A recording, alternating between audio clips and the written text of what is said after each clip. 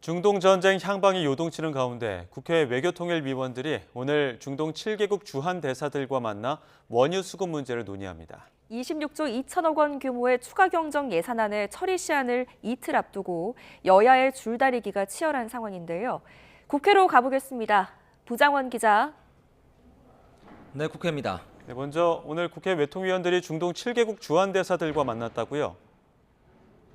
그렇습니다. 조금 전인 오전 10시 중동 주한대사들과 국회 외통위원 간 면담이 열렸습니다. 걸프협력회의 GCC 회원국인 사우디아라비아와 아랍에미리트, 오만과 요르단 등 7개국의 요청으로 열린 자리입니다. 7개국 대사들은 중동 정세 안정화 방안에 대한 자국 입장을 설명할 전망인데 김석기 외통위원장을 필두로 한 여야는 우리나라에 대한 안정적인 원유 공급을 강조할 방침입니다. 지금 비공개로 회의가 진행 중이고 끝나면 간단한 브리핑도 있을 거로 보입니다. 국회에서는 오늘 10일 추경안 처리를 앞두고 최종 관문인 국회 예결위 심사가 한창입니다. 오전 10시부터 이틀째 정책 질의가 열렸는데 여야의 공방이 치열하게 이뤄지고 있습니다. 양당은 그동안 추경 세부 항목을 놓고 건건히 맞서왔는데요. 국민의힘은 특히 TBS 지원과 중국인 관광객 관련 예산을 콕 집어 전쟁 추경과 상관없는 돈이라며 집중적으로 문제 삼았습니다. 다만 어제 대통령과 여야 지도부 회담을 기점으로 민주당이 TBS 지원 예산은 빼기로 했고요.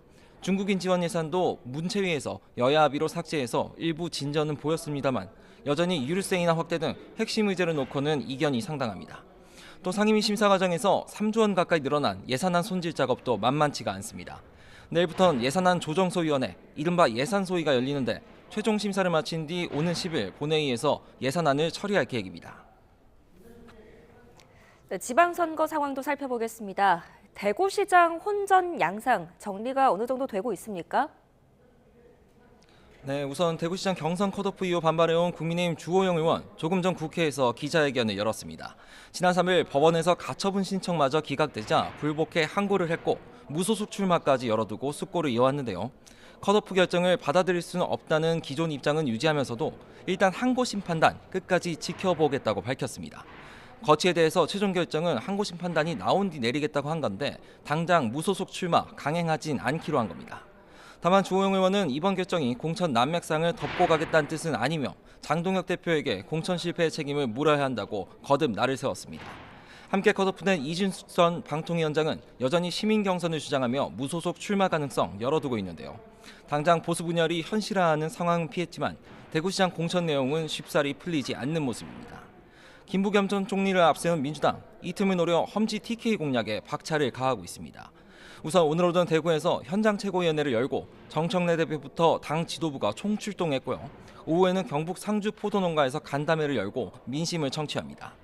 현재까지 민주당은 광역단체장 16곳 가운데 절반의 공천을 마무리했습니다. 결선 없이 경기지사 후보로 확정된 추미애 의원은 기자회견을 열고 통합형 실용인사로 용광로 선대위를 꾸려서 반드시 승리하겠다 강조했습니다. 다만 민주당의 본진 정부 개선 공천 잡음도 나타나고 있습니다. 김관영 지사가 대리운전비 지급 논란으로 제명당한 데 이어 이번엔 이원택 의원의 술과 식사비 대납 의혹이 불거졌죠. 정청래 대표 어제 긴급 감찰을 지시하고 비공개 지도부 회의까지 열었었는데요.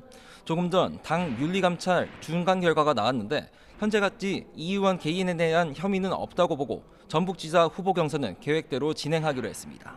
지금까지 국회에서 YTN 부장원입니다.